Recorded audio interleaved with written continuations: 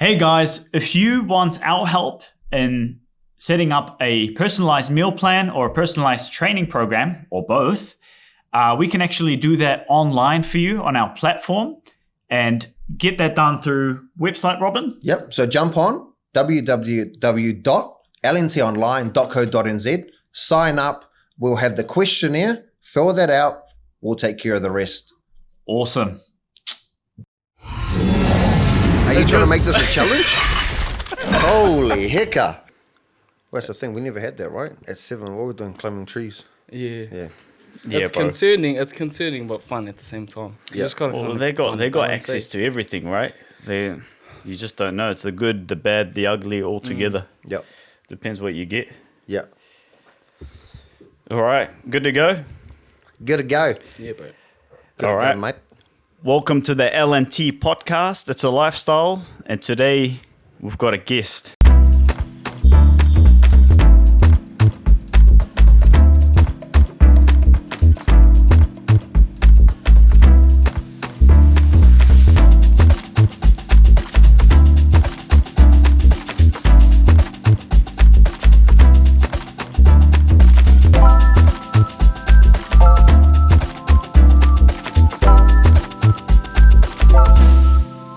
Yes, finally, the myth, the man, the legend, Hakaraia Wilson, aka Hux.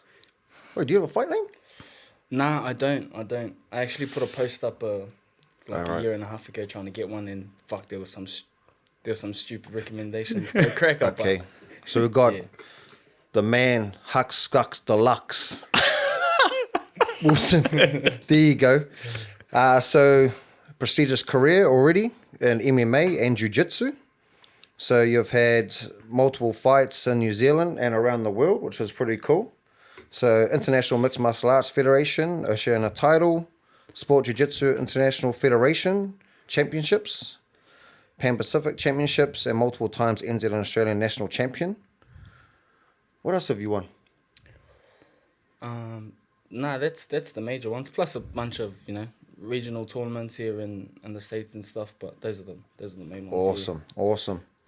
Born and raised Rotorua.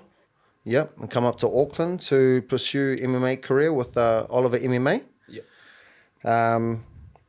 And at the moment, you're residing in the States, between New Zealand and the States. Yes, sir. And now you're here talking to us. Yep. Yeah. So I'm actually just waiting for my visa appointment at the moment, because the what do you call it? Not the embassy, the consulate, the US consulate here in New Zealand. They're bloody useless. Hey. Yeah, how's this for a government entity?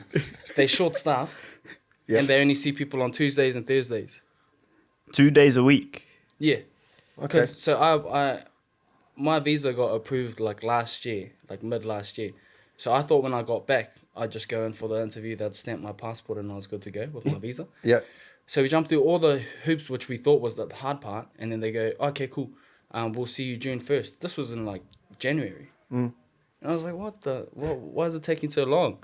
And then I'd done a bit of research, and I found out that they only see people on 2 days a week. So, Be patient, bro. Be patient. A bit like your career, right?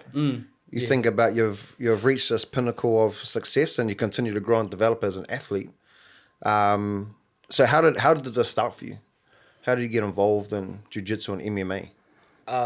Draw the mic a little bit closer to you, bro. That's the one, so we hear that voice. So my dad's a martial artist, so I grew up around martial arts. Not in the sense where he wanted me to compete at a high level, but it was more just to defend myself. Like, it was a non-negotiable. He wanted me to know just how to look after myself. So he's big into Maori, which is like Maori martial arts with our different weapons, like the taiaha, the patu, all of that stuff. So I was doing that since I was born, and then he threw me into boxing. He was a kickboxer as well, and a black belt in taekwondo and karate. And then he ended up training some of my cousins. They wanted to get into fighting. So when I was a kid, he was always training people at home and stuff. And then out of his carving shed, because he's a wood carver, out of our carving shed that we had. We threw up a couple of punching bags, bro, and laid down some carpet, and then we started training there just because we started getting a few too many people to train at home in the lounge on the garage. How old were you when you started the boxing? I was throwing hands at Kohanga, eh? Like he yeah, nah, he had me a little pair of gloves and some pads when I was a baby. So I was always just hitting pads, nothing too serious. Yeah. I didn't actually like it, bro, because just your typical father-son duo. He was, if you get it wrong, you get a hiding. No. Don't call Sifs. He's a good man. No. So I didn't actually like it until about intermediate. Yep. Yeah. We bounced around a couple of kickboxing gyms. He threw me into box with Mike Sykes and that down in Rotorua when I was a kid, but didn't really start liking it until about intermediate. And in that carving shed from me and my older cousins training together, we ended up developing like a kickboxing club where we had a bit of a crew, coming in and they were fighting and so stuff. that's family.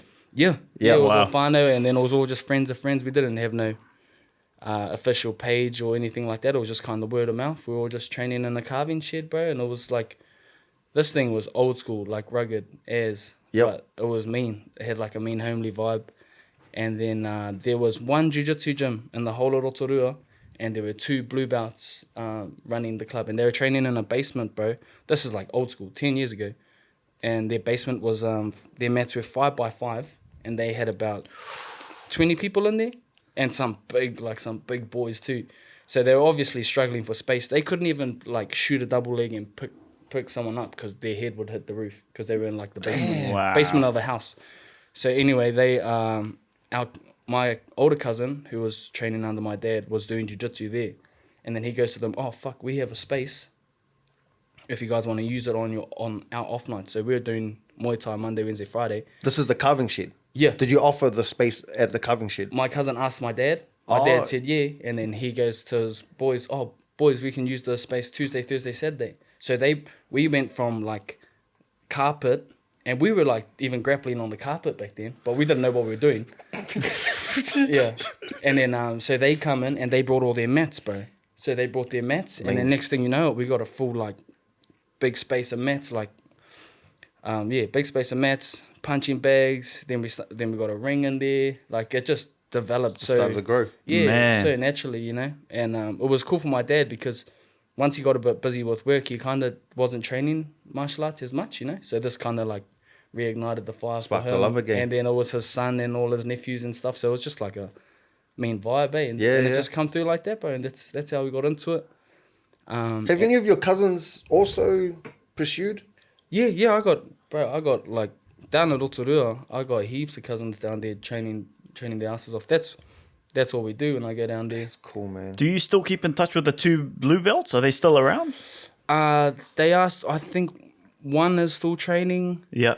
But no, they were cool. We trained under them for about a year, bro. And then, just natural progression of things, like other gyms open up. Yeah. They kind of got offered a opportunity to teach at this flash gym that opened up and then kind of went under. So they left us. Yeah. And that was, was whatever. We just carried, bro, we're just a bunch, like, my dad's gym's name is Hori Tai. And we're a bunch of hories just scrapping it out every day, bro, in the carving shed. That's awesome, man. Yeah, it was mean. And so we were under no one for a while. Yeah. Jiu-jitsu wise, we were just doing our own thing. And then we started going to the tournaments. We heard, there's grappling tournaments on. There's a nationals like next weekend. So we pull up, and I'm not even into jiu-jitsu at the time. I'm about 15, and I still thought it was gay, to be honest. I just wanted to punch and kick, and I was like, this is dumb. Just people rolling around getting sweaty on each other. Yeah. But, to be fair, I didn't see any super high level jiu-jitsu because we were just kind of doing our own thing. I didn't really see, when you don't see the highest level, you don't really understand. And not that was the highest level, but we went to a nationals, and I seen some kids like my age just like doing flying arm bars and that kind of stuff, and that really just struck a nerve, and I was like, this is actually badass. And we went to back then the tournaments were Te Atatu Peninsula Community Hall. Yep. Like real small, Still on the jigsaw mats, bro, 4x4, and that's where I met Steve. We showed up, and we showed up on a van, bro, on a school van. me and all the cousins, we pulled up. Pie for breakfast on competition day. A hearty meal. Yeah, bro, steak and cheese Sauce? pie. Sauce? What is sauce? Of course, yeah, of course. My man. But we show up the night before, and we meet Steve, and because at the time they were like, oh yeah, Te Atatū Peninsula Hall. If you fellas need accommodation, you can bring your mattresses and sleep here the night before in the other room.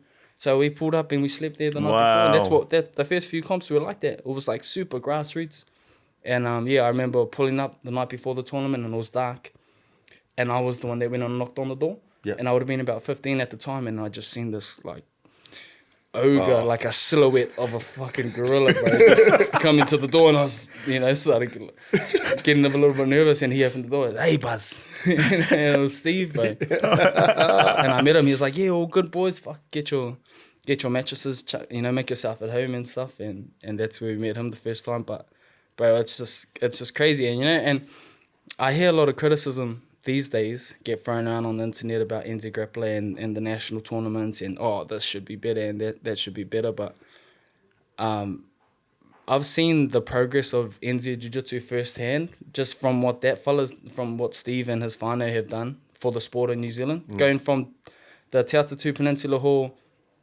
jigsaw mats. How many mats were actually ran at this competition? 4, bro. Yeah. 4, and it would be there from morning till night. It would take all day, and just to see the progression from there might have been like, I don't know, 300 people there. Yep. But now you rock up to a national tournament. There's like over 1,000 competitors. It's incredible. We're in the Kohimarama big like stadium. Yep. And how old are you now, bro? 25 now. 25, so 10 years ago. Exactly, yeah. 10 years, and it's changed that much. It's grown that much, man. Yep. Yeah, I was just seeing it grow from then. So anytime I hear criticism about NZ Grappler, I'm just like, bro, you've been here 2 minutes. Like, you haven't even seen what this fella's done for the sport, and you're going to come in, oh, no, I want it to be like this, or I want it to be like that. Well, fucking start your own tournament then, Yeah, And the thing is, you've got a comparison, right? Because you've done stuff overseas. Yeah. So you've seen what other comps are like anyway, so... Yeah, well, those same arguments are going on at Worlds and stuff, Everyone's got their own... you're all entitled to your own opinion, but even at the Worlds and stuff, everyone's like, oh, nah, the ref done this and the ref done that. And, so it's not a New Zealand thing. It's those arguments are happening all over the show. So, big, mad respect for Steve and what he's done for the sport. And I was just grateful that I got to meet him there. And then somehow or another, we ended up affiliated under him. And I was still living. So when I left school, instead of going to uni, bro, I had saved up a little bit of money. I'm doing kapahaka concerts. That's what all the Maoris do down in Rotorua, bro. We don't work at McDonald's. So we have because it's big tourist, Big tourist community there. Yep. And all the young Maori boys, we just do kapahaka to all the tourists at the different hotels around Rotorua. And you could be doing like 6-7 shows a day, bro. Yep. And you're making like $40 a show. Yep. So we were like 16, 17, like making some good cash. Yep. So I just kept tucking that away in my bank account. And then when school finished, boom, I was off to Thailand. I had my 18th birthday there, and I was there for about 6 months. So what were you doing in Thailand? Just training like 3 times a day. Oh, wow. Yeah. Were you doing jiu-jitsu there? Or? I was doing everything, yeah. Yeah. Because it's so cheap, there's so many, it's like a melting pot. They got all the Americans there teaching the wrestling, they got Russians, they got the Thais obviously doing the Muay Thai. Yeah. What's the name of the camp? Is it the Tiger Camp? I done a bit of training at Tiger, but I was mainly at Phuket Top Team. Wow, man. Yeah. Wow. So you were at this age 18? I was 17, 18? Yeah, turned 18 over there. Yeah. Man, awesome. Yeah. How did you find that progression? So the 6 months full-time combat athlete. Bro, that's where I think in my mind understood that I could do this, you know? Because I was a small town kid, just training at our same gym, and our club was awesome. But because I hadn't really seen like a high level of, like a high level work, or not that we didn't have a work ethic, but I didn't see what the top guys were doing. I thought they were some superhuman, people like a different kind of breed. And then when I spent that time over there, I got to see what they were doing. I was like, oh, these cunts ain't superhuman. They just here all the time. Put on their work Yeah, ethic. they're training 3 times a day. And that's what the difference was. And as amazed as I was at their like capabilities, I was more like, I reckon I can do this. I reckon I can train all day. I love it enough to be in the gym all day. And that's where I really excel. flipped the switch, I think. So what did they cover? So you said so the wrestling, jiu-jitsu, and full Muay Thai? Yeah. Yeah. Yeah, they do it all. They have boxers there, Muay Thai Wow. guys. They have Dutch kickboxers there. They have everything. Wow. There's this strip in Thailand, in Phuket, called Soi Thai Road. It's only about a K&a-half long. Yeah. And that's where Tiger Muay Thai Phuket top team is. But on that strip, there's like accommodation, supermarkets, health bars, sports bars, like everything that you need. You don't even need to leave the strip. Like you could just stay there. And so that's they call it like the fitness strip, because there's CrossFit gyms and Wow. So you can do all your strength conditioning as well, everything's there. and nutrition. Yeah. So would you just eat out all your meals? Yeah. Or, Bro, it's so cheap. And it's affordable. Because I can't even remember the exact amount I went over there with, but it wasn't much. Yeah. But bro, you're eating like $2.50 pad thais for lunch. Yep. You know? It's cheap as Yeah. Yeah. So how did you back then, man? That's a lot of work and doing it full time. How did you recover? Or what's your? Bro, I honestly didn't know anything about recovery at the time. I was 17. I guess when you're young, you wake up the next day, you're fresh again. Yeah. Good to go. Bro, I was 17. I was fresh as a. That's wicked. So you could just keep turning out training, like get all that volume as long as you eat and sleep. Yeah, bro. Damn. And from that time, bro, from 15 to 18, did you fall in love with one of the arts in particular? Like you kind of shifted towards jiu-jitsu and stuff. Were you doing other stuff? Were you still doing boxing? Were you still doing other arts, martial arts, or? Yeah. I was still throwing hands, but at that time in Thailand, I think that's where I went down a jiu-jitsu rabbit hole because of the jiu-jitsu tournaments. Like, from 15, 16, 17, that's when I was just competing jiu-jitsu. And around that time, I just had my first MMA fight. And this was before Thailand or anything. Wow. And I went in there, and I actually fought someone from Oliver's, but from the South Gym. Yep. Yeah, and he like suplexed me. It was like I done all right. We had a mean scrap, but I remember he took me down and I just couldn't get up. Like I didn't get submitted or anything, but I couldn't get up. And after that, I was like, fuck, I need to get good at this jiu-jitsu shit, because you can get smacked in the face, and I'm pretty sure getting knocked out sucks. Like I'm pretty sure it sucks, but the feeling of just being manhandled and in front of everyone and you can't get up, that sucks, because you're just there, So after that, I think that's what really motivated me to go down the jiu-jitsu rabbit hole. So at that time, I was just jiu-jitsu every day, learning how to wrestle and that. Yeah. But I was in Thailand, so I was still hitting the Muay Thai class like every couple of days. Yeah. And then when I got home, in that 6 months, it was a real eye-opener. And I just got into the mode of training 2 to 3 times a day, every day. And then when I got back to Rotorua, and all my cousins have, 9 to 5 jobs, I was just at the gym by myself pretty much, like running, hitting pads, hitting the bag and stuff. But there was no one else really keen to hit it at the time. Now my cousins down the road, they have a mean crew. All around the same age, and they all like pushing each other. It's mean to see. I can't, really excited to see what they do over the next couple of years. But at that time, they weren't really into it back then, so it was hard for me. So how did you keep up your motivation? So you've come away from a 6-month camp. Everyone's fighting, everyone's grinding, right? The motivation and discipline must be so elevated. Yeah. And then you come back, no one else basically around, right? When you want to do your double day training. So how do you stay motivated, like during that period? And you're young, like you're still just a kid, really, 18. Yeah. When you got back. But I felt like, when you first get into, I feel like when you first get into martial arts, you just got this insane, they call it the bug. I just had the bug. Yeah, I wasn't interested in anything else. Like I just wanted to train all day. There was like nothing more I wanted than to just be the man at jiu-jitsu. So I was just at the gym, like watching YouTube videos, training by myself. And then of course at nighttime when everyone finished work, then I'd train with them and try out all my different stuff. But I just loved it so much. But it didn't feel like a chore. I didn't have to get myself motivated just because I loved it so much. Wow.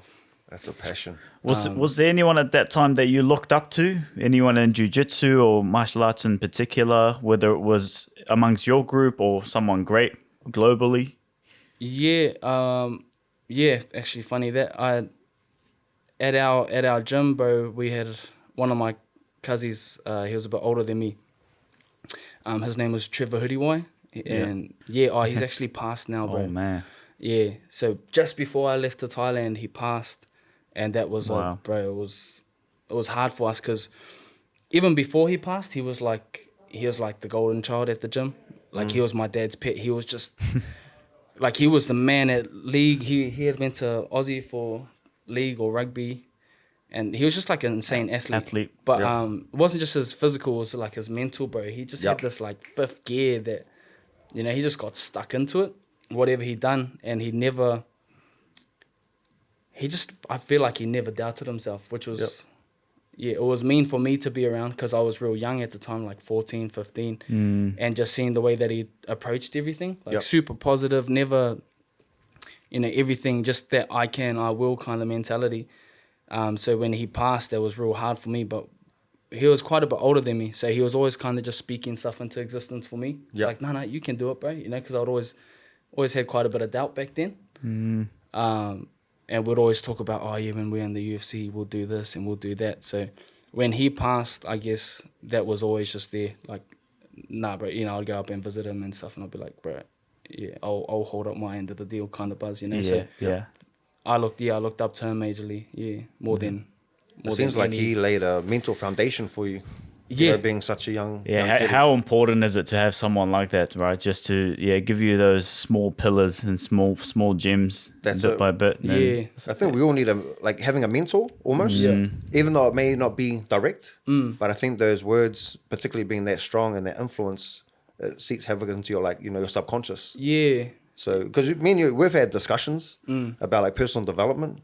And just the way that you think, the insights, like your mental fortitude and capacity is high. I think more important than what he would tell me was that he was doing it, you know. He wouldn't just be telling me, don't give up, you know, you got to push through. I'd watch him train and he'd be, you know, action speaks way louder than words, so I'd just be watching him like dying in a fitness set, but just the look in his eyes, like just getting after it till his last breath. That really just inspired me more than anything. And I still think about him all the time. But And do you find that you push through, and then so you're the advocate for the next generation? Do you find you're doing that now? 100%. And so he committed suicide, bro. So not only, nothing inspires me more than being able to kind of help my younger cousins up. I try to all the time, but I try to push them. I send them, even when I'm over there, we're on video chats all the time. Sending them technique videos, checking up on them, and just trying to be a good brother, for the martial arts side and the mental side. But more, I think when he passed away, that was the big thing for me.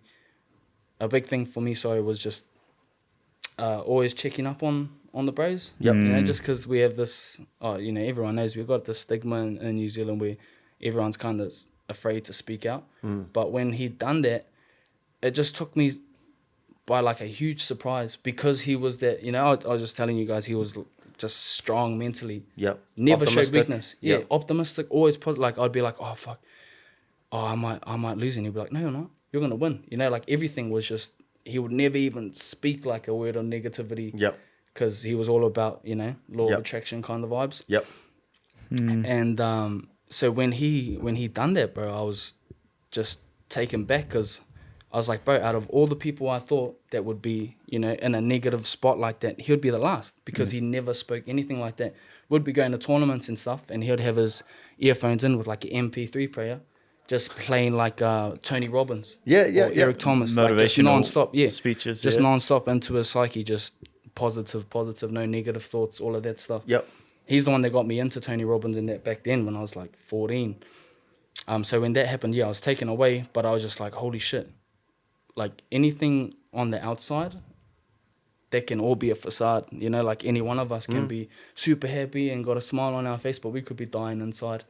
So after that, I was like, bro, made like a rule to myself that any of my close brothers, like Zach and all the boys up in Auckland, but then all my cousins down in the Rodas, Tawharo, Rika and all of them, for Kyle, we made a rule that like, yo, fuck, any time you're feeling like that, just speak out, you know. And I try to lead by example. So whenever I'm having bad days, I'll just be like, yo, fuck, bro, I'm kind of like, I'm just down a bit at the moment, you know. And just speaking it, getting it out, makes you feel way better, eh? Yeah, man.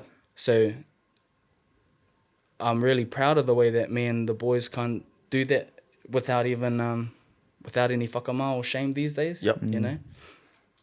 But there's no shame to be had. No, absolutely, man. Yeah, man, absolutely. And I think now just that awareness is so healthy to have, and especially in the world of MMA, bro, like where there's, you know, macho men everywhere. And you know, when you see it on TV and stuff, and you're like, man, this guy's got no problems in life. You know, he's got everything sorted. But we're all human, so having that connection and having that group is just must be so helpful. Yeah, and well, backing each other up. It blossoms into something so mean, just because at the start it's hard. At the start, you know, and we were young, we were like 16, 17. So at the start it was like kind of hard getting that shit out. But now, because we're all so used to it, it's like a common occurrence. Like every week or two, my cousins will touch base or I'll touch base with them. And it's always like, hey bro, how are you? Yeah, all good. How are you? What you been up to? Nah, really though, how are you? And they were like, oh, nah, this shit's going on, you know, and then it's boom. And then straight away you're back to roasting each other. You know? So it's not just that we're all like sissies, you know, we're still telling each other how ugly we are or, you know, what's going on. But it's actually like releasing bad energy as well, almost like not keeping it in. Because that will build up enough, right, and destroy you. So it's cool that you guys have built that connection. And it's like it's finding a happy medium too, because as healthy as I think it is for us to like talk in between each other, it's kind of a ick these days, because you know you get people on social media kind of setting up the camera for a cry and I don't know if I'm ready to say this. You know, well, you're obviously ready. You just set up your camera. You just set up your camera and went live on TikTok. You know, just for a bit of sympathy likes and stuff, which I don't really. Nah, you don't want to play the vulnerability role. There's a big difference between like clickbaiting, right? Yeah, man. And being sincere, closed doors amongst your close friends and family. That's very different. I feel like they're just taking advantage. Yeah, they're taking advantage of that, which is So I feel like there's a happy medium, but we're working on it every day. Yeah, man. You know, I was just what gets me thinking about the MMA world is like, I put it the pinnacle of sports in terms of. Marvin was talking about the macho-ness. Because you think about it, right? If you're at a bar, right? And let's just say someone bumps you or someone unpolitely like taps your missus on her glutes, as an example, right? On her glutes, What do? You don't say, oh man, I'm going to go battle you at the driving range, or come on, let's go to a football pitch and let's see who can score the most goals in football. Let's go outside and fight. That is like the pinnacle of manlyhood, in my opinion anyway. Is when you think about the fighting, that's it. If like, you know, my dad, born and raised in Niue, will talk about when he first came. If someone's got a problem with you, everyone goes out, you have your fight, and then whoever loses, you help them get back up, you shake hands, and then everyone starts drinking together. Man, I reckon that is such a bittersweet. It's got to be one of the most primitive sports, eh? It's just such a natural thing that is, you know, within so many of us, and it's just letting it out there.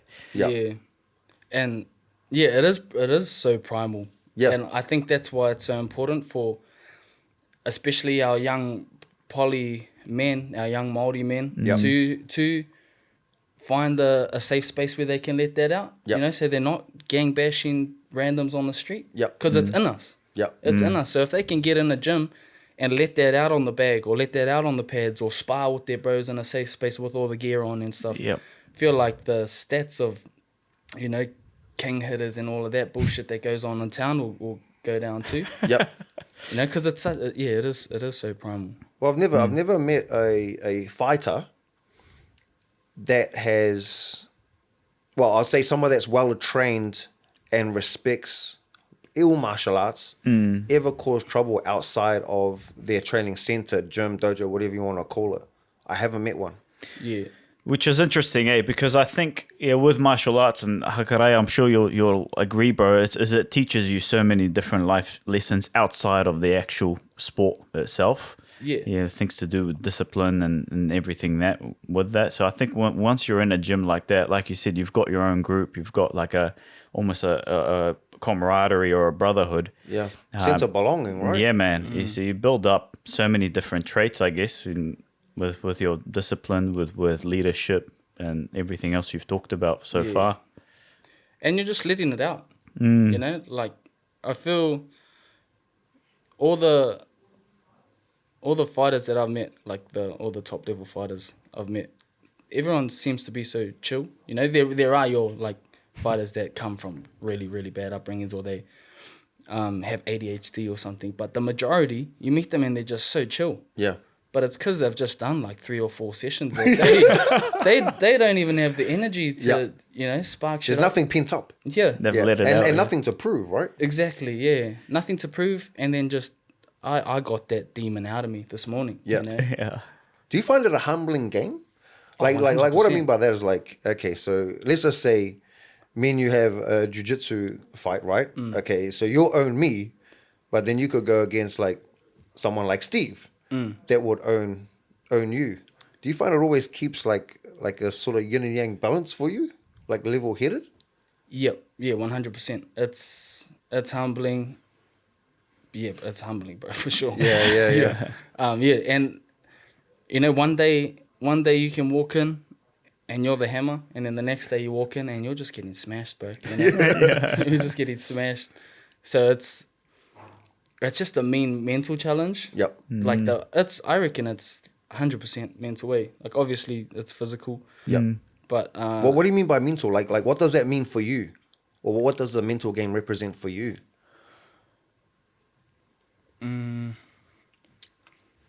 Or how do you just keep, being like, able to control your mind and win the war within. Yeah, You know, gotcha. like the wolf's always bigger in your head.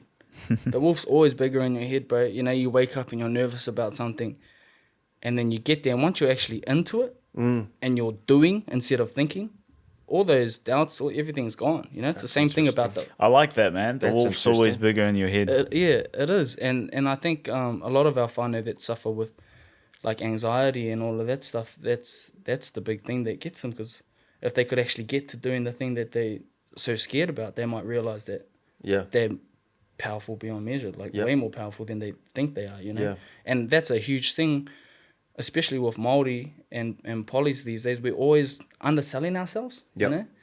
And it's Oh man, I don't like that. Yeah. And accept a compliment. yeah, So if I say to you, "Oh, Hakaraia, good fight," like and you win, yeah, I don't want to hear be like, "Oh, but I could have thrown that hook Yeah. better. I didn't pivot. I didn't rotate through my hips, or my shoot was I terrible." got lucky, bro. Nah, man, Like, accept one of those- accept my compliment Yeah. and be like, "Thanks, bro. Yeah, I did mean. Did you Yeah. see my uppercut, or I checked that kick, man. He had nothing on me. Like back Yeah. yourself. Yeah. Yeah, and it's not coming from a place of arrogance, right? Yeah. Like people want to compliment you, but not disregard what I've just said to you. yeah, Yeah, hard, and 100%. that's so cultural, man. So cultural, yeah. yeah. And bro, now that you're training, you've gone to the States and you're training out of there, and seeing the culture there and the contrast between what Yeah, they happens definitely don't have and that the problem. polar opposite. Is it really? So can you like? Well, yeah. I'm interested. So okay, so let's just say, because you've been in the States now, is it coming up 2 years? I was there for about 1 year and 4 months. just after the Yeah. pandemic. So Yeah. what's the difference between because you've accomplished here, right, and Australia? Can you tell us the difference in culture? Like, what's it like here versus what you've just experienced, like for the last basically year and a half in the States? Yeah.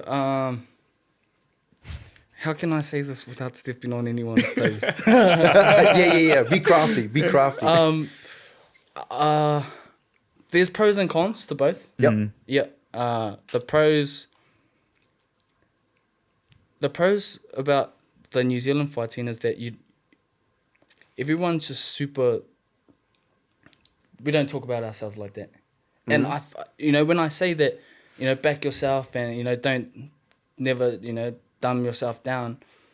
That's not to say that we're saying you got to speak about yourself all the time. And that's what it's kind of like over there. You know, you'll meet someone and it's cool. I love that they're like unapologetically ambitious. That's mean as. Yep. But it gets kind of, you know, a little bit repetitive. I'm the next big thing. My rap album is going to you know, and then you're like, okay, yeah, nah, mean, bro, that's awesome. Yeah, nah, because when I done this and done that, and like, oh, yeah, that's cool, bro.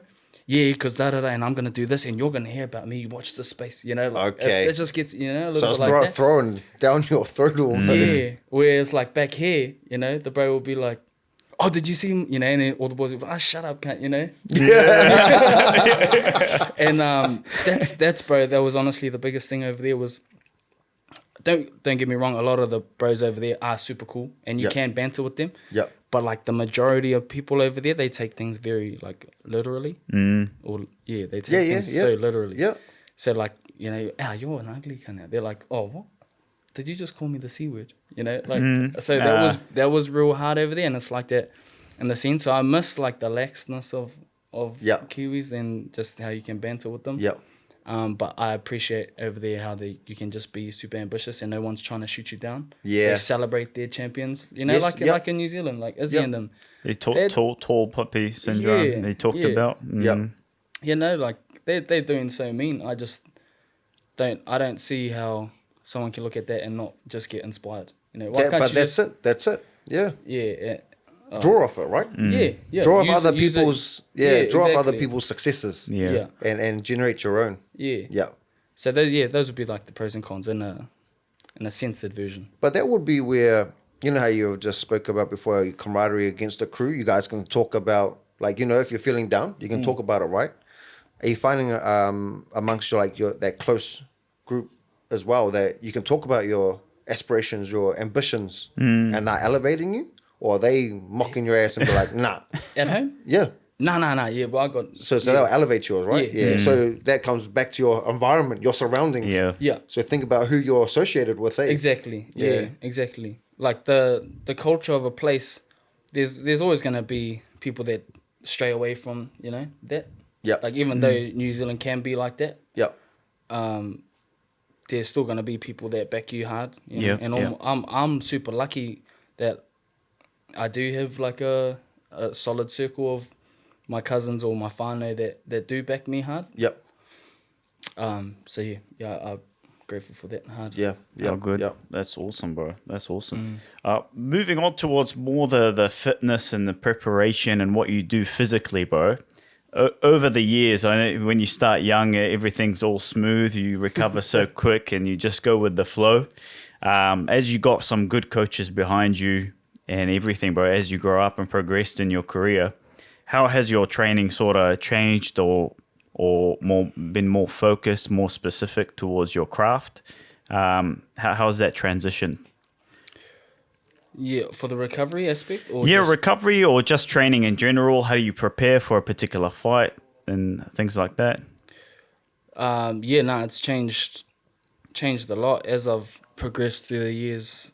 It's a lot more specific. When I was younger, I think I had ulterior motives, you know, just doing beach boy workouts and stuff. But I was lucky early on that my dad come from a powerlifting background as well. Oh, okay. So he always had, you know, I wasn't allowed to just do bicep curls and stuff in the mirror. He was always making me deadlift and how good is bench that? And all of that. Having that from a young age. Are you stronger than your dad now? No. Be honest. Nah. Hell no. Nah, I met your dad. He's massive. His fist, man, if it connected with your face, or split it in half. Bro, that's what I mean. When I was young, you know, I was at high school, 3rd, 4th form. All my mates would be like, oh, bro, let's sneak out and go to this party. I'm like, nah, G. Have you seen my dad? Not with it. And like, and then he knows how to use it as well. So I'd be getting, same with Steve. Yep. Like they massive, but they know how to use it as well. Yep. You're not just getting a toe hack in the ass, you're getting a full-on fucking whip kick. So that's cool. So the powerlifting background. So that's good having that at a young age as opposed to like how I started and maybe Robin as well, which is bro workouts, bicep, chest for the first couple of years and then slowly grow from there. Yeah, no, I was lucky. So I came from that foundation and then obviously as you get into more sports specific stuff that'll change, like some of the stuff that I've done with Robin and how you fellas have got me on that power plate, and I'm driving force, and you're figuring out which knees, concaving in and giving me exercises to that. So it's obviously changed heaps from like the shared days. Yeah. But yeah, just more sports specific these days. When I was younger, I was trying to just max out my PRs every day. But now I went through that phase and got some all right numbers and stuff. But now I'm not too fussed about pulling PRs every week now. Just trying to get more efficient with my movements and keep my joints and stuff healthy. With your craft as well. When did you first go to physio? When was it when you first realized like, no, I gotta look after my body, because you've mentioned when at MMA and the world of MMA, sometimes the careers are not so long. And now with technology, with everything, and you're seeing the fighting styles, people are going for longevity a little bit more and trying to make that career last longer. And so many more people are looking after themselves in different ways, whether it's physiotherapy, ice baths, and everything around. When did you first start? When you were like, man, I gotta probably look into what's happening with my knee and things like that. Was it a serious injury, or was it more? I originally hurt my knee, I think I was about 16. I can't remember. I think someone hit my leg in a single leg, and they went to go run the pipe, take me down, and my leg just went out that way, and it had actually popped a bit of the thing that holds your patella in. That I don't know what that is. The surrounding socket or whatever. Yeah.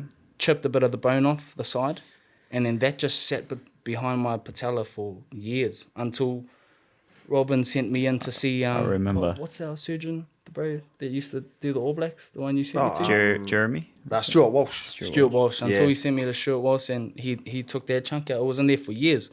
So that was the initial injury with my knee, but in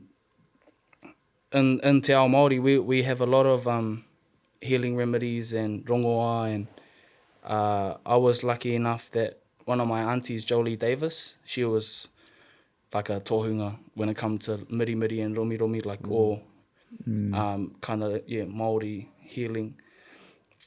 She would always just be fixing me up every week. She has these, they pull out like toka or rocks, and they have like a smooth edge, bro. She'll find like a knot and just like nail it into there. So she was always fixing me up like that. And then when I moved up to Auckland, whenever I'd get an injury, Steve sent me to one of Steve's mates, another Steve Tupper. His mate is Gabe in there at Physiologic. So I went in there.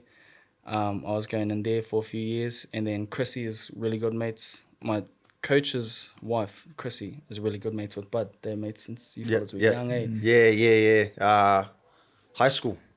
Gee. Oh, wow. Yeah. Like 5 years ago. So she was raving on about Bud and that he was a strength coach as well.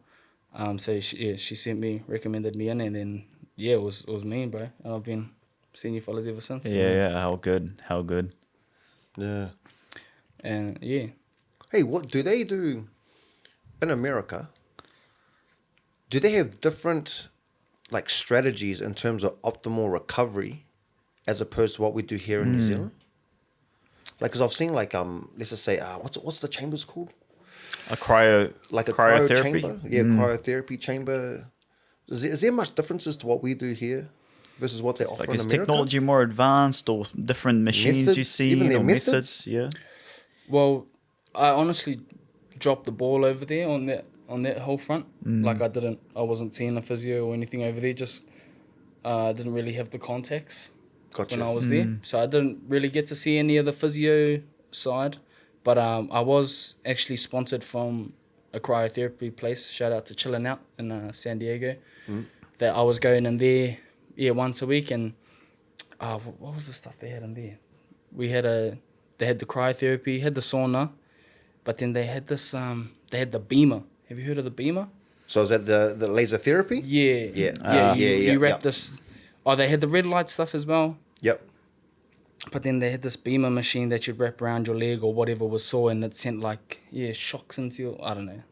Oh, that's cool. Yeah. Interesting. To look into that. Yeah. You found all that help? Stuff. No, it was good. They had that big oxygen machine too. They'd chuck you on that, and you'd be biking. Oh, it's like test VO2 max. No, it's like pumping you up with oxygen.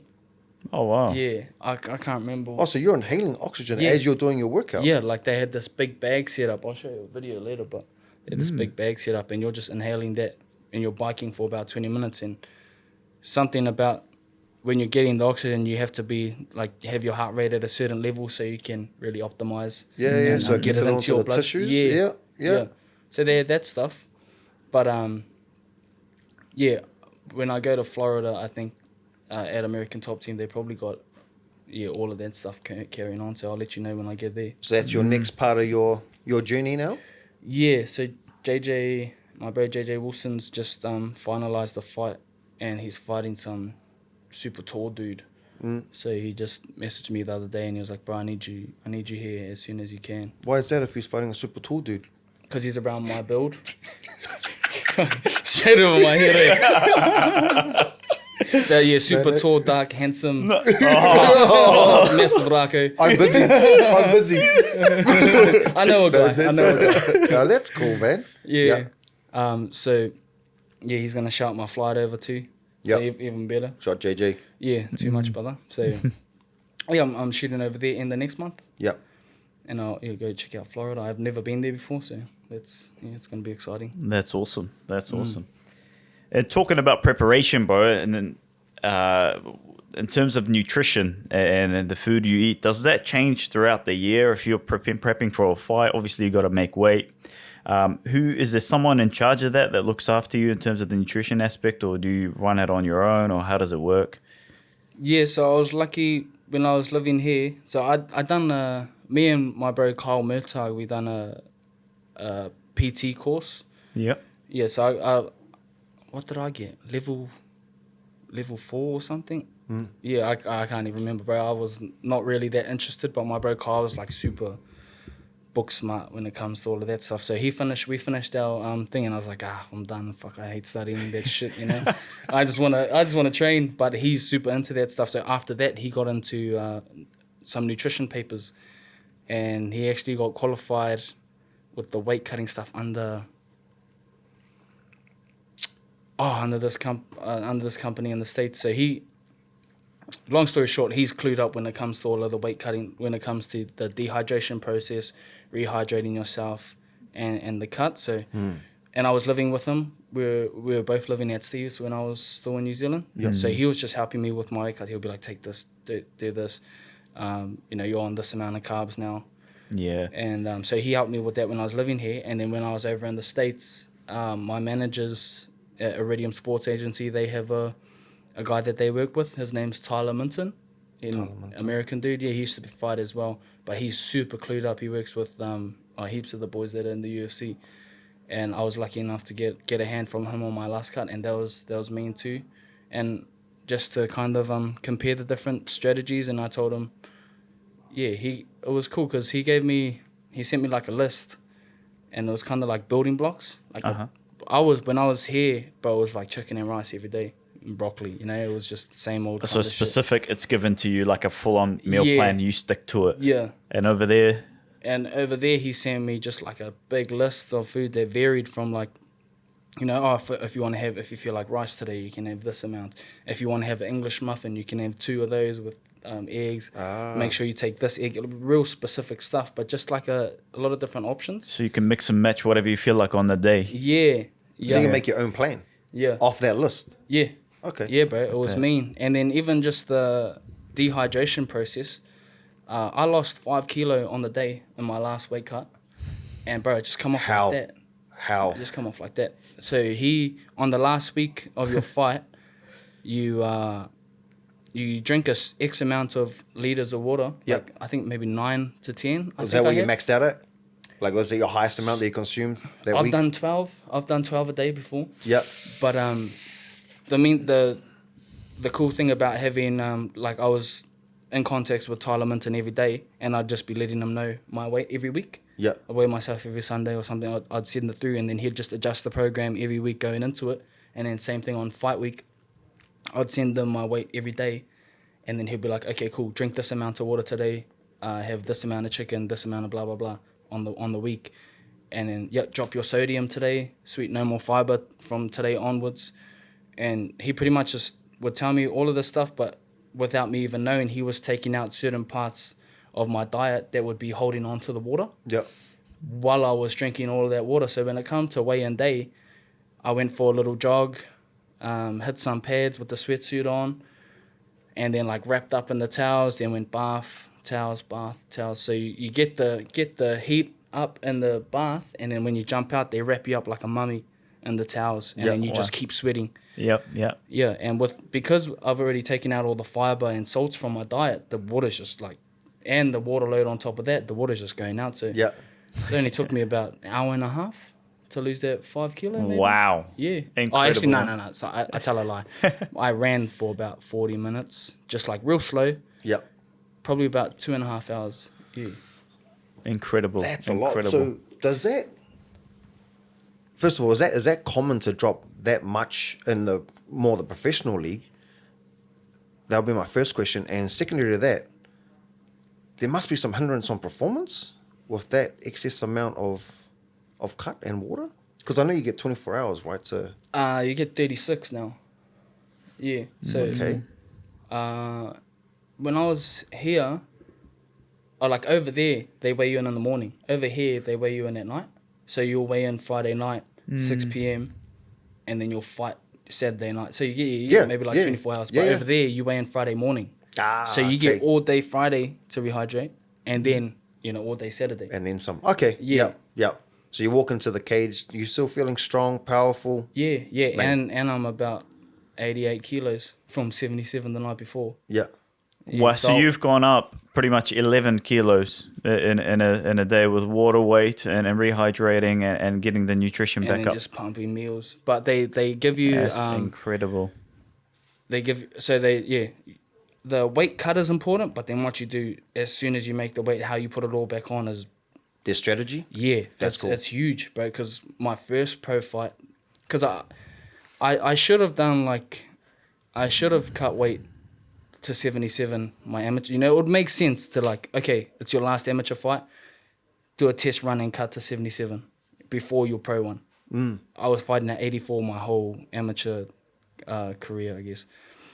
And then my first pro fight, okay, everyone cuts weight for their pro fights. I'll cut down to 77, my first time ever.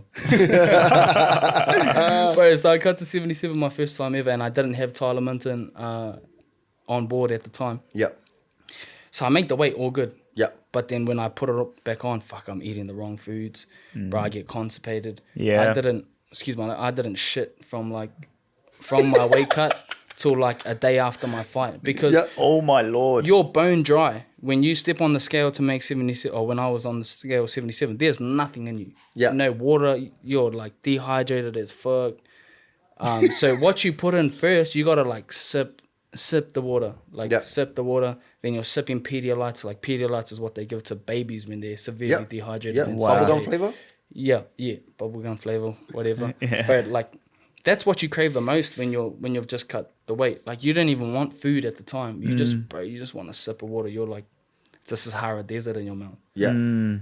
And so after that first weigh-in, I was like, fuck, it's Christmas. So I start, pounding water, and then I'm eating Chick-fil-A and shit.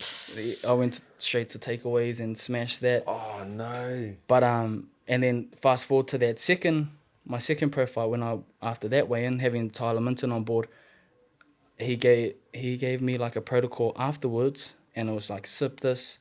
You should take 15 minutes to sip away at this, and then you have a 15-minute rest, and then you sip away at this for 15 minutes. And then, it was 3 or 4 drinks before I even had my first bite of food. And then my first bite of food was cereal. Yeah, it was Fruit Loops or something. So, whatever goes in first is going to come out first. Yeah. So when I went to the bathroom later that night, it was night and day difference. Yeah. Wow. To the first one. So there is a protocol, and I can That's imagine. Cool. So introducing the sodium, the fiber, and everything has to be very, very gradual, eh? That's awesome. So this is why it's important for the younger for the younger athletes, right? Yeah. To make sure they get someone Yeah. on their side that know what they're doing. Yeah. So does Tyler do like global as well? You can do Yeah. online? Okay. Yep. Yep. Yeah, That's it's awesome. it's and because weight cutting is such a dangerous part of the sport too. Yep. You know, you can't just bro science it because you're putting your health at risk. Like if you have a bad cut and then you go in still buggered from that cut and you're getting punched in the head, it's not too Concussion rate good. will Yeah, go not up. too good for the brain, or Yeah. your organs and all of that. So it's really important and you know, it does. It might cost you a bit of money, but you're Yep. investing in your own health, so Yep. it's worth it. And that's something I've really, as we were talking about how I've progressed since back in the day, that's one thing I kind of prioritize now, is just investing in the things that matter Yep. instead of, you know, what's... Well, this is it, right? Like you got to make this function as best as possible. Yeah. Yep.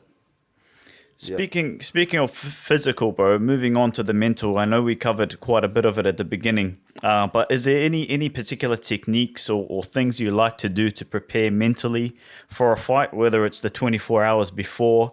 How do you deal? Do you get any nerves? Do you feel pressure? How do you deal with that sort of stuff? Do you have any techniques you're willing to share? Yeah, bro. Every fight I've ever had, I've felt super nervous. Like even jiu-jitsu tournaments and stuff. Or like after you fight MMA for a while, when you compete in a jiu-jitsu tournament, you don't feel as nervous because you're not getting punched or kicked in the head. Yeah.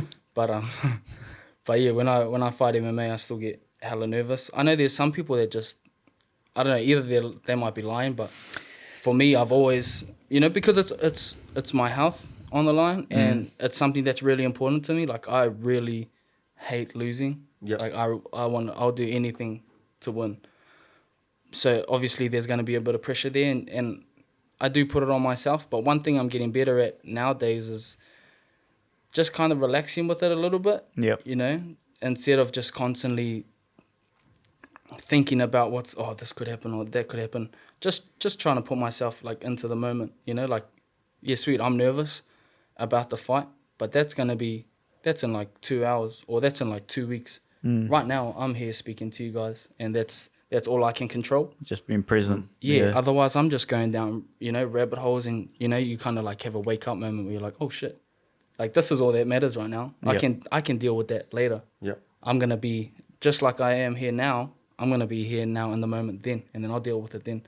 So even out the back, now I try to just, whatever's going on, I just stay here locked in, you know? And I think I read The Power of Now, the book. By, Great book. I don't even know how to say that guy's name. Eckhart Tolle or something. Totally. That I've read book the really Yeah. changed my life. Amazing book. Because I used to get a bit of anxiety.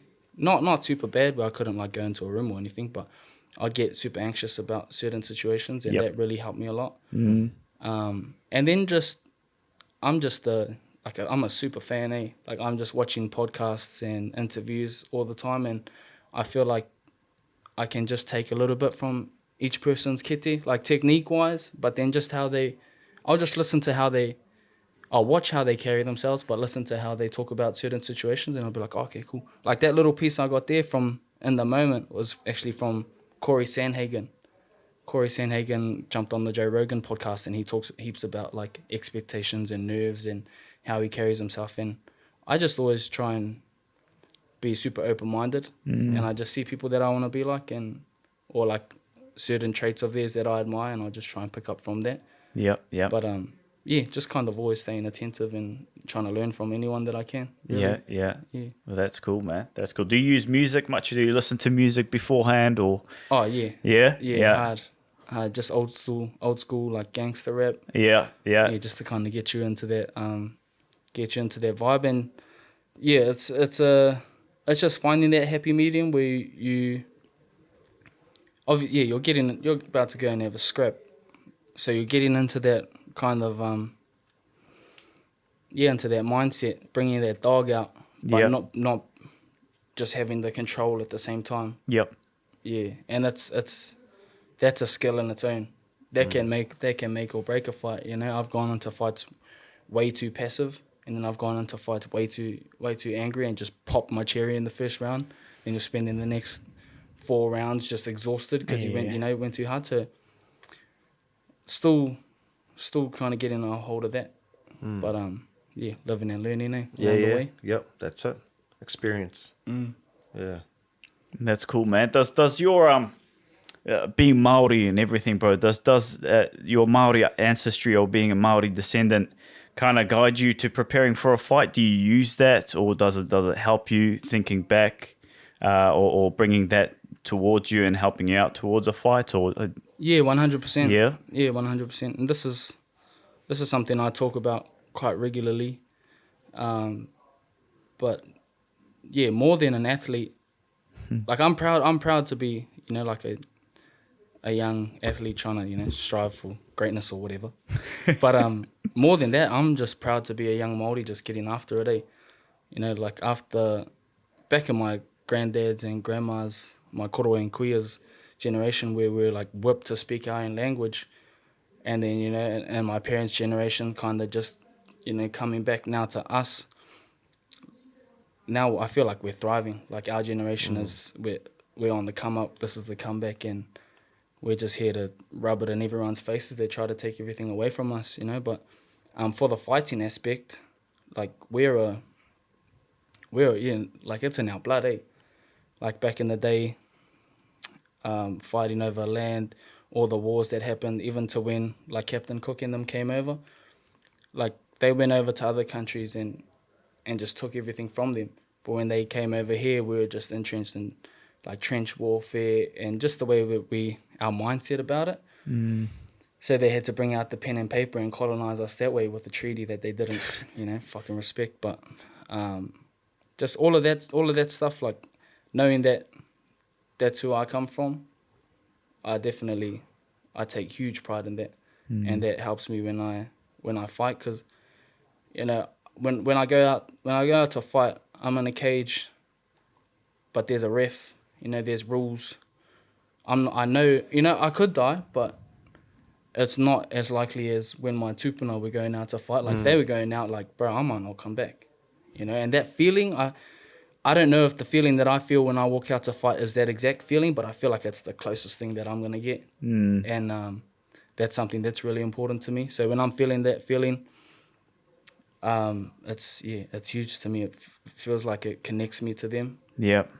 And, and me and my dad will always do our karakias, and that's a huge part to me as well, because we all got our, we have a god of war, a god of the sky, our Mother Earth, Papatuanuku, god of the forest, and that's something that we take with us, whenever we go out. Say if we go diving, we'll do a karakia to Tangaroa and thank him for the food that we, that we've gathered.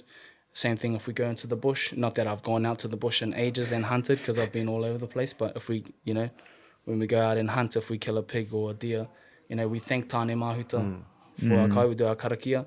And same thing, before I go for a scrap, I do my karakia to tūmataunga and draw strength from that.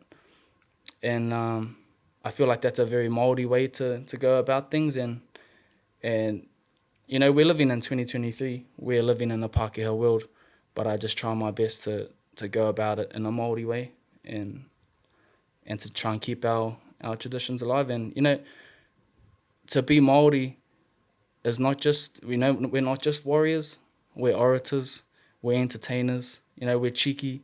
There's so many things that encompass being a Māori.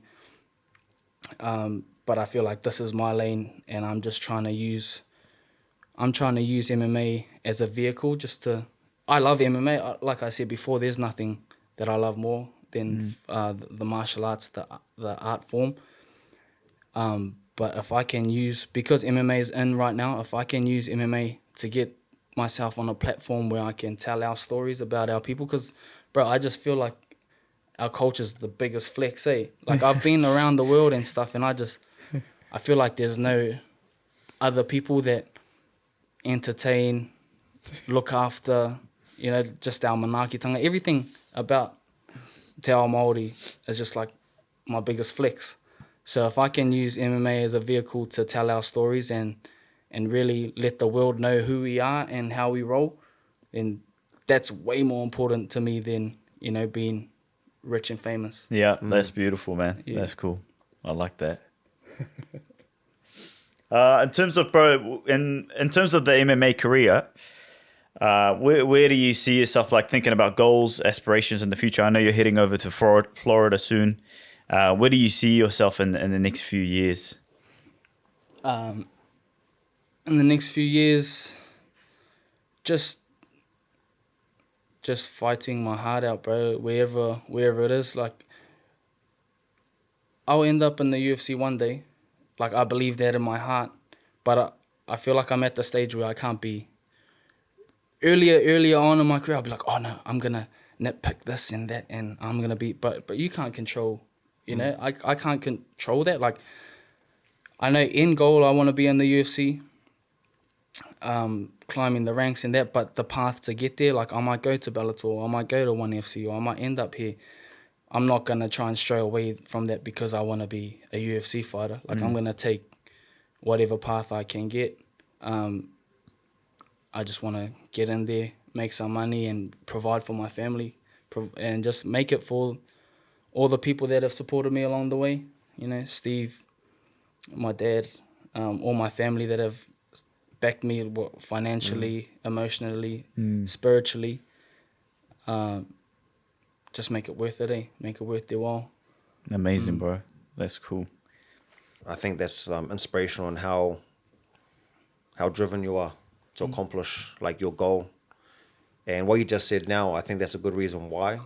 I think that's important for young athletes that want to inspire, you know, why are you doing it? Yeah, that's huge, and bro. you know, having your family support and who you're doing it for, I think is key. But for those people that are listening / watching, and then I think MMA is getting bigger and bigger in New Zealand. How could someone that's like watching this and listening to this, how could they start this journey? Being at 15, how could they end up where you are now? What advice or tips could you give these people that are watching? Yeah, not to say that the 15-year-old Hakaraias that are watching now. What advice would you give them, and what could they come up against that's going to be hard, and how could they push through? Just start. Like find your local gym. Make sure he's not a complete dickhead. You know, find a good gym, and just start, bro. Because I feel like if you sit there and think about, or you find out about all the shit that you're gonna have to deal with, you know, along this journey, it might scare you away. Yep. You know, you just get in there, get stuck in there, and if you like it, then you're gonna have to deal with that stuff along the way. Yep. But I feel like I got led into it kind of blindly. Oh yeah, this is cool. I love this and I love that. And then, you know, I kind of just found out about all of that stuff along the way, but I was already too deep by then. Yep. You know? But just get in there. Yeah, it's a wicked journey, bro. Even if you don't want to fight, just you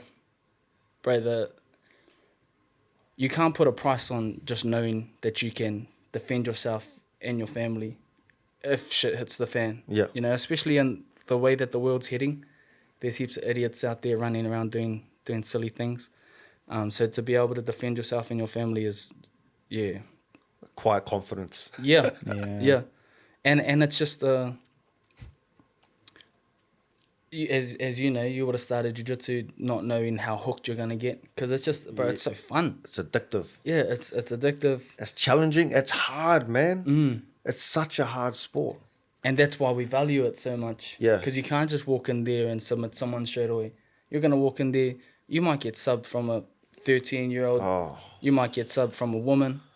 And it's, you know, it's humbling. Not willingly. No. Not on the mats anyway. But that, I feel like that's why it's so valuable, because it's not easily attainable. It takes time. So once you do make that progress, you're like, I'm never letting go of this. Yeah, you know? yeah. That's what it was for me too, because I was like a late bloomer when it comes to like athleticism. Yeah. And I was getting smashed for ages when I first started jiu-jitsu. That's probably why I didn't like it at the start. Yep. So when I did actually start to get a bit of success in it, I was like, shit, I'm not letting this go. You know, I'm going to keep And now training. you're black belt. Yeah, crazy, bro. 11 years later. So dangerous in hands and groundwork.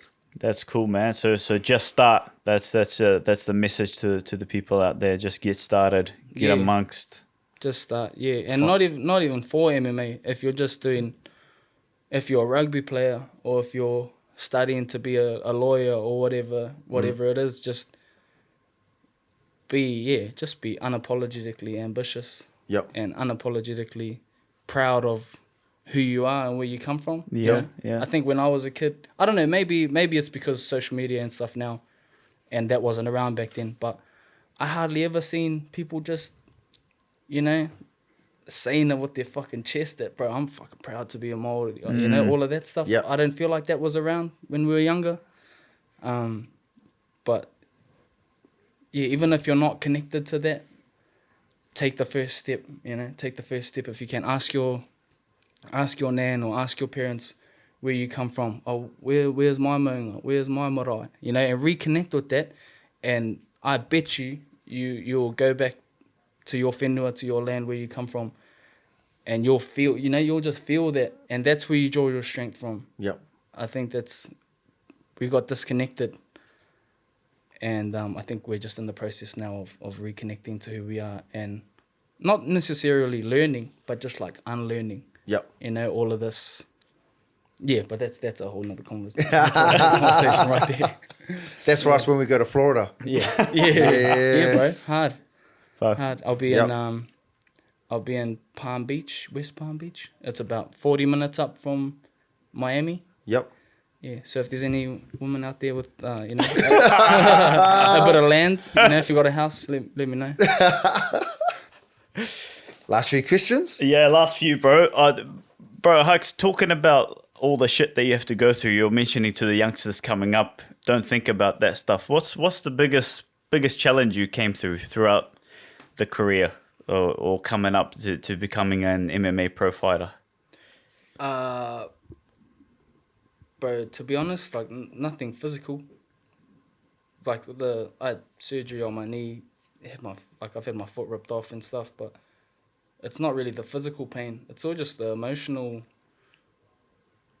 mental battle. Yeah. Which is something I'm grateful for as well, because I like that. I like that challenge. When I feel angst or feel like fear, something in me, even though if I don't want to do it, something in me just like, see if you can. Yeah. Yeah, how fucking sick would that be if you get through all of this and then you make it, Something in me is like that. But it'll be all of that, just all the sacrifice, especially time away from my family. Coming from a Maori household, I'm like tight, like super tight with my sister, super tight with my dad and my mum.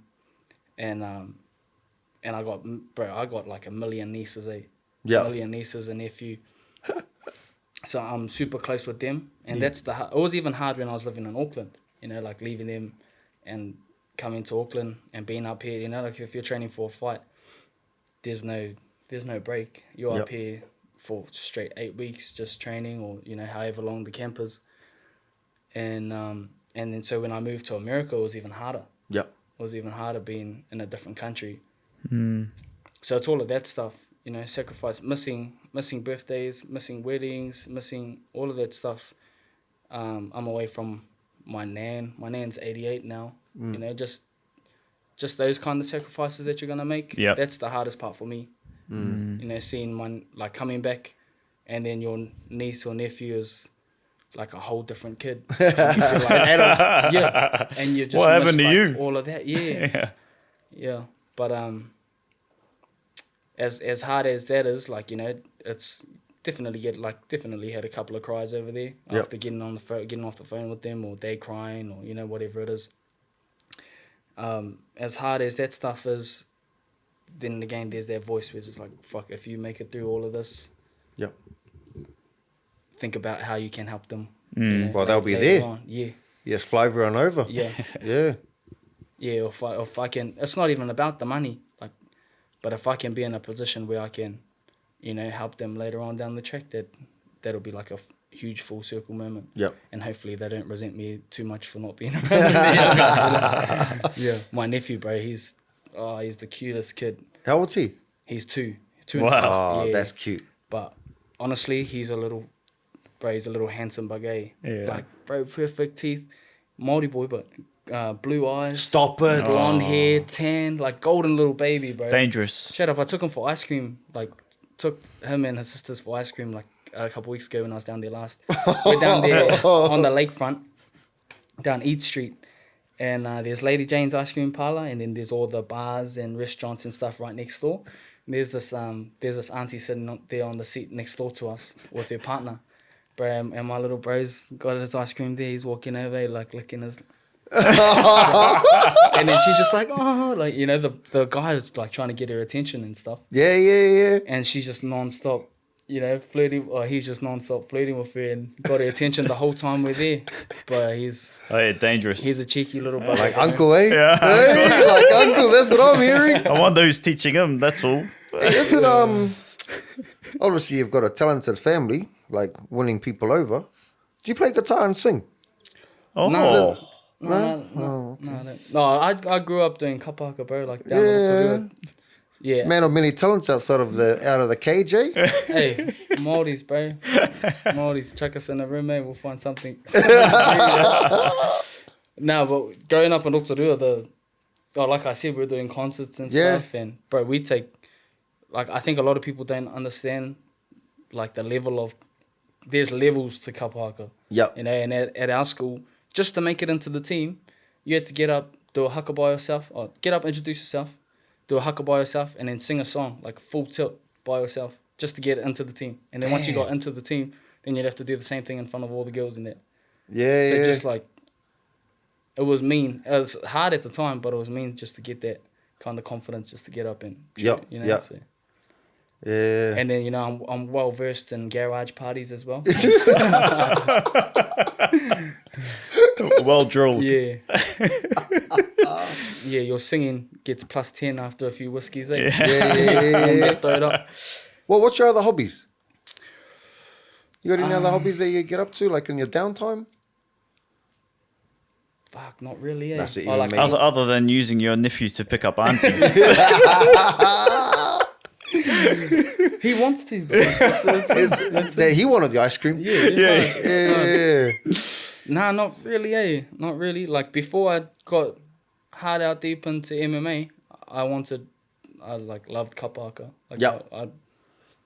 So, in my downtime, that's it really. Like, MMA, family. That's cool, man. Yep. Yeah, like, if I get a spare weekend, I'm off to Rodas to just chill with the whānau. Yep. And, one thing, as I get older, I'm just trying to really prioritize the people who matter. When I was a bit younger and started getting into different circles, I'd kind of always, I'd go out and get on the piss with them because they, They cool. Yeah, They in. Yeah. And, like, I still networked and made, like, a lot of cool connections like that. But these days I'm just, especially when I'm strapped for time when I'm here. Like, I don't know when I'm going to be home next. Yep. So... I just try and if I get a bit of spare time, I'll go down and just pick the kids up from school, drop them off, just do all of that boring stuff that everyone takes for granted. Yep. But that shit really makes my day, bro. Yeah. Picking my next That's what up. you value. Yeah, especially when I don't know, you will know, like picking up your daughters or something from kindy. Yeah. Yep. When they've been around all their schoolmates and they haven't seen any family the whole day. Yep. And you pick them up, they're just like excited. And you're the coolest Bro, thing I've... you're the cool, bro, and they hug you, the hugs hit different. You know? So just that's what I get into these days. Yep. Especially while I'm home. Yep. You have a family of your own? Huh? Yeah, bro, 100%. Yeah, man. Like if I wasn't Ladies. Hey, all you need is a good man with family values. Yeah. All right. Line up. Bro, my brother's got 6 kids and my sister's got 3. Yep. So I was an uncle when I was like 7. Yeah, So I've just had kids around me all the time. So Yep. I've had plenty of practice. Nah, it's not even like Awesome. that, bro. I just This is becoming a matchmaking web podcast real quick. It is what it is. It is You what just it speak is. to my agent here. Yeah, I'll have my people speak to your people. We'll suss but out the just- criteria for you. Yeah, I But just yeah, family's everything for you, eh? That's like amazing. kids That's are just beautiful, so man. genuine, you know. Yeah. They're so genuine. Like the love that you get from them is there's no ulterior motives. Oh, they might want a lolly or something, you know. But Yeah. but just like I was saying before, it kills me when I leave them. Yeah. Like when I go to the States, like if I don't FaceTime my nephew an X amount of time, he'll just like whack the camera away. He'll just have like attitude with me. Yeah. Because oh, really? Like me, bro, me and my nieces are super tight. Don't get me Yeah. wrong. But me and my nephew just ever since he was born, I was there. I just fought the night before, Yeah. and I jetted down straight to Rotorua. And my sister was in labor, Yeah. and like I don't know what was going on, but as I got to the hospital, went up the elevator, walked in, born. Wow. Yeah. That's amazing. Yeah, walked in, he was born. Yeah. Just came out. Yes. Yeah. So, you know, I think Awesome. it's that like skin to skin contact, the first, Yep. you know, when the baby first comes out, he remembers that. But we've just always had like a different bond, me and him. Yep. Even when he was a baby, he'd always like come to me and stuff. And I was really scared when I left that I was going to lose that. Yeah. But I would video call him every day. And he was a baby, so he couldn't even recognize me. Yeah. But then one day he clicked and like seeing that it was me, and Yeah. then we would start having like mad convos. And That's FaceTime him. cool, man. I'd FaceTime him at least once a week while Yep. I was the whole time I was in America. Yep. So when I got back, my worst fear was just getting back and he didn't know who I was. Yeah. you know? Yeah. But I walked in and like I hadn't seen him in about a year and a half. I walked in, I was like almost tearing up. Yep. I was so excited to see him. I got in there, bro. Punches me in the lips. Closed fist. Welcome Really? back. Yeah, bro. What? For like being away Punches for me so in- long, or Nah, he's just like super aggressive. Yeah, no, it makes his sisters cry all the time. Like he just loves it, and he's around the gym all the time, eh? So, because my dad's still running the gym, so my dad will walk around holding them, taking a class. So he's watching people wrestle, watching people fight and stuff all the time. So, and like I was saying, like it's in us. yeah, yeah, It's in us, and it's definitely in him. Like I have to have when I'm home with him, I'll have like a 10-minute scrap with him at least once a day. oh, that's, Yeah. okay, Like he'll come up to me and punch me. He'll shoot. He hasn't done a class in his life, but he'll pick up my leg like a single leg just from watching. Pick up a single leg. He'll just be like ripping my leg around. I'll fall down to the ground. Wow. He'll pass my guard, like punch me, get onto mount, start punching me and stuff. Oh, And, wow. Yeah, so I just that's played- cool. Yeah, I play little games like teaching him without teaching him. You know. Yeah, Chuck him on my back. Put his hooks in. I'll bear crawl around and Yep. hold Try on. to you get know, him keep off. your head Yeah. tight. Yeah. Yeah, just little stuff like that. 'Cause, Oh, that's cute, man. yeah. So That's awesome. That's really cool. I couldn't, but in saying all of that, I don't feel like I could ever do that to my son, like gap it for, you know, oh, I got to go to the States or I got to go here. Yep. So I just want to make sure that I'm at least, even if I'm still fighting, but I'm at least settled down in New Zealand. Yep. Because I could never have a baby to like an American or something. Yeah. Just, nah, fuck up, papa. yeah. I could have, and I could never have. No offense to the cousins that live in Aussie or wherever, but I don't want to have like an American kid that speaks with an American accent, and then we come home for the trip and he's that one kid, you know, with shoes on or something, She's or he's on. getting roasted for his accent. Like, bruh, I couldn't. Oh, I that's couldn't good. say. Yeah, so I'll be over there, doing what I do over there while Yeah. I don't have any kids. But when it's time to, have some kids, I'll be home. Yeah. Yeah. They can grow up going to Kurako Papa Māori, going to Kohanga, Yeah. you know, being at the marae with their cousins every week. And, Yeah. yeah, Yeah, so do the Awesome. mahi over there and then settle yeah, here. Awesome. That's But cool, like man. more important than any, like you know, the kids having whatever they want. Like that's not even a big thing. I just want to be like in their lives every Yeah, day. yeah. You know, I don't want to be away because, bro, the baby is not gonna give a fuck what titles you have or how much money you got. You know, Yeah. obviously you got to provide and make sure they have food and stuff. But, Yeah. what's more important what I've noticed when I'm with my nephews and that, they don't really care what you buy them. It's Nah. when you're around. Yeah. Your presence Yeah. more than your presence. Yeah. So, Like You that. can't buy their your love. presence more than your presence. yeah. That's yeah. I like and you that. can't replace that. Yeah. You know? Like, you can get the money back and shit later, but you can't Yeah. replace that time that you weren't there. Yeah, So yeah. That's a big thing for me. I want to have like 10 kids, Yeah. but I want to be around for their lives, you know? So Yeah, I yeah, wanna- yeah. When I set up shop in New Zealand and really settle down, Yeah. I just start going on a rampage. No. Well, you gotta, gotta put your CV Like out there. Steve, bro. Like Steve. Bro, Steve's like 50. He's 51, bro. He's got a 1-year-old. How old's she, Georgia? 2. Yeah. 2. Wow. Yeah, bro. He's still popping them out. Yeah, Jen better not watch this one. Giving me pressure. Oh man. Any other questions? Nah, man. I just wanted to thank you, man, for giving us this opportunity to have us have yourself here, sit here. Yeah, man. It's hard to believe you're such a killer in the octagon, man. You're so lighthearted, so genuine. You hold your values close to your heart, which I'm sure this is why Robin connected with you as well. And yeah, man, why we enjoy having you here, man. Really appreciate it. Such a pleasure, man. Yeah, man, it's a pleasure, man. You're a good man, good dude, Thank bro. you, bro. My privilege, bro. Thanks Thank for you, man. having me, bro. Appreciate it, bro. You want to close with Appreciate a it. prayer? Huh? Oh, yeah. Yep. Kia inoi tātou, kia tātou katoa te ata whai o tō tātou ariki ai hukraiti me te aroha o te atua, me te whiwhinga taitanga ki te wairua tapu, ake, āmine. Amen. Beautiful. Thank you, man. We'll wrap it. Are you trying to make this a challenge? Holy hiccup.